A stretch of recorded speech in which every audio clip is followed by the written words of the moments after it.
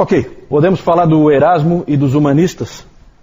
Eu já disse antes que humanistas não tinha o sentido que tem hoje. Quando a gente fala nos humanistas, eram pessoas que estudavam as humanidades. É o estudo das humanidades. O que são as humanidades? Para a gente entender hoje em dia. Hoje em dia ninguém estuda mais as humanidades. Mas naquele tempo as humanidades eram o estudo de línguas, o estudo de literatura e o estudo de história. Certo? Ou seja, estudo de coisas ligadas ao homem. Produção humana. A linguagem, a história, são coisas humanas. Quando você estudava, por exemplo, alguma coisa do mundo natural, aí já é encarado como uma coisa divina, porque foi Deus que criou. Mas aqui, línguas, história, literatura, uma produção literária, era considerado produção humana, e quem estudava isso estava estudando humanidades. Não tem o sentido que tem hoje, né? Humanista é aquele cara que só pensa no homem e que o homem é o centro do universo, né? Não é esse o sentido, tá? Não confundo. Esses humanistas também se preocupavam em reformar a igreja. E também se preocupavam em recuperar a Bíblia. O maior dos humanistas foi Erasmo de Roterdã. Mas antes de falar do Erasmo, vamos só mencionar 3 outros indivíduos importantes, inclusive para nós. Um alemão, um francês e um inglês. O primeiro é o Johannes Reuchlin. Ele é um humanista muito importante porque ele se tornou um especialista em hebraico. Desde Jerônimo, eu acho que não tinha aparecido na igreja um indivíduo que conhecesse o hebraico como o Reuchlin. E ele e os seus alunos foram responsáveis por preservar o Antigo Testamento hebraico para nós. Porque havia o desejo, por parte da igreja, de destruir todos os manuscritos em hebraico, por considerar que se tratava de escritura dos judeus. E esse cara, junto com os alunos dele, lutaram para que os manuscritos permanecessem vivos. O segundo, Jacques Lefebvre d'Etable. Esse sujeito aí é muito interessante porque ele foi um humanista francês, escrevia comentários da Bíblia e em 1512 ele já escreveu que a justificação somente pela fé era um ensino paulino. Era um ensino de Paulo, que Paulo ensinava que a justificação é somente pela fé. Tanto que, às vezes, os protestantes franceses marcam a data de 1512 como o início da Reforma. O francês tem essa mania, né, de querer dizer que é com ele. Então ali não foi muito diferente. Ele traduziu, esse Lefebvre traduziu também a Vulgata. Da Vulgata ele traduziu a Bíblia para o francês, a partir da Vulgata latina. Tá? Isso em 1530, e ele fez isso sob forte oposição da igreja. Ele disse: se era adequado aos romanos ter a Bíblia traduzida para o latim, por que não seria para os franceses ter a Bíblia traduzida para o francês? Vejam como ele pegou realmente o espírito da coisa.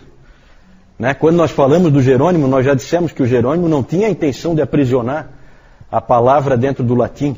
Ele queria colocar a palavra na mão do povo, porque nessa época se falava latim. E o Lefebvre percebeu isso bem. Ele sofreu duras críticas da igreja, dizendo que colocar as escrituras na mão do povo é altamente perigoso, porque todo tipo de heresias vão surgir dali. A resposta dele: não são as pessoas simples que leem a Bíblia que produzem as heresias. São os intelectuais que leem o latim que constroem cada uma delas. Que verdade, né? Não é o povo comum que produz heresias, é sempre um espertalhãozão lá de uma universidade ou de um seminário ou de um púlpito famoso que traz heresias à tona. Esse sujeito é muito interessante porque já como um senhor já muito idoso, já lá dos seus 80 anos, ele encontrou com o Calvino. O Calvino e o Farel foram lá encontrar com ele e foram muito influenciados por ele. Né? Tiveram provavelmente boas conversas entre irmãos. O Lefebvre já era um senhor idoso e os dois eram jovens, lá dos seus 20 e tantos anos, né? Vejam que ele nasceu em 1450, o Calvino só vai nascer em 1509. Então, quando Calvino nasceu, esse homem já tinha 60 anos.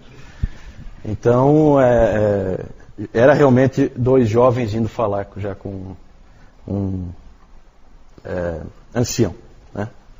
John Colet, inglês, foi muito importante esse sujeito para fortalecer o estudo do grego.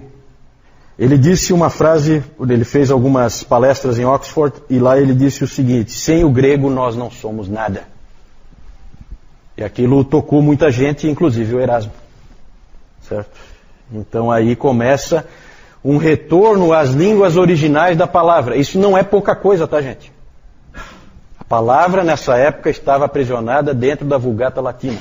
Esse retorno é fundamental para que você tenha a sua Bíblia em português aí na mão hoje. Certo? Vamos falar do Erasmo. Não é aquele amigo do Roberto, né? É o Erasmo de Roterdã. Essa foi brava, né? Como é que eu fui dizer uma coisa assim, né? Depois eu corto na gravação. O Roterdã na Holanda, certo? Roterdã é uma grande cidade portuária, se não me engano, na Holanda. Esse indivíduo, Erasmo, estudou o grego. Desidério Erasmo. Erasmo é o sobrenome dele, né? Ele estudou o grego seriamente e tornou-se o maior especialista em grego que havia em toda a Europa. Ele tinha sido um monge agostiniano, mas ele não se dava muito bem com a vida de monge. Então ele foi autorizado pelo Papa a sair e se tornar um estudioso, né, à parte. Ele deixou então o monastério e se tornou um estudioso. Sua maior obra foi a edição crítica do Novo Testamento. Ele comparou manuscritos antigos em grego com o conhecimento que ele tinha. Ninguém tinha o conhecimento que ele tinha. E ele então produziu uma versão que ele considerava a mais fiel do Novo Testamento. Porque essa é a época em que surge a crítica textual, a avaliação de manuscritos. Várias fraudes foram desmascaradas nessa época, por outros indivíduos que eu não vou entrar, né? Mas uma fraude grande que tinha da Igreja Católica, que dizia que toda uma região ali da Itália tinha sido dada pelo Constantino para o Papa, tinha um documento, e o Papa sempre apresentava: isso aqui tudo é meu, certo? Poder temporal, né? Foi provado que aquele documento era lá do século VIII, alguma coisa assim, uma fraude absurda, certo? Constantino, vocês sabem, viveu no século IV. Mas isso só foi possível constatar essas fraudes nessa época do Renascimento, por causa de alguns estudiosos que voltaram para as línguas originais e o estudo das línguas, certo? Outro é aquele, falei aqui, o pseudo-areopagita, como é que era o nome dele? Esqueci do nome dele. Lembra, Nilton? Dionísio, né?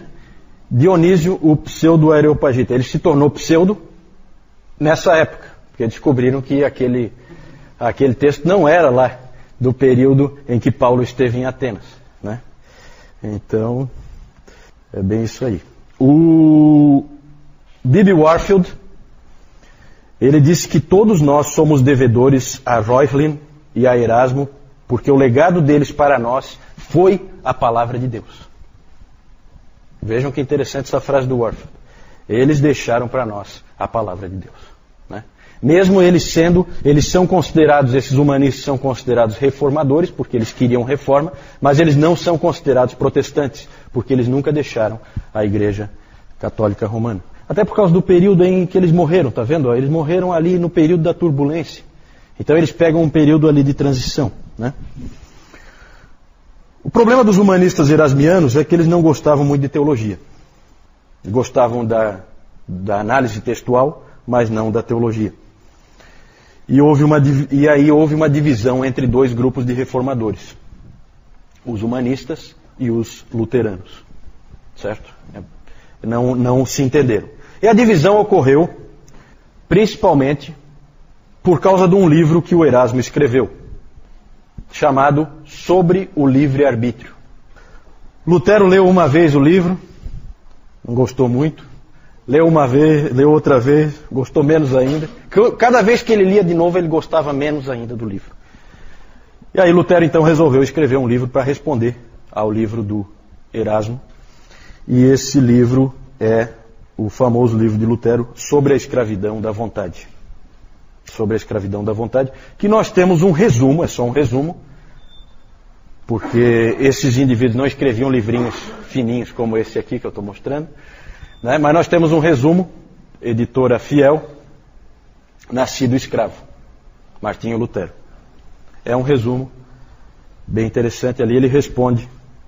Eu já disse algumas vezes que o Lutero queria muito mais, muito mais é exagero meu, né? Mas ele queria muito mais na predestinação e na eleição do que o próprio Calvino. É exagero, na verdade os dois criam, né? Porque é bíblico. O Lutero admirava o estilo e a elegância do Erasmo, mas ele disse que estava atrás de substância e não de forma. E para ele aquele livro do Erasmo era um livro vazio. Houve uma grande discussão entre os dois. Eles escreviam um para o outro, discutindo esse assunto.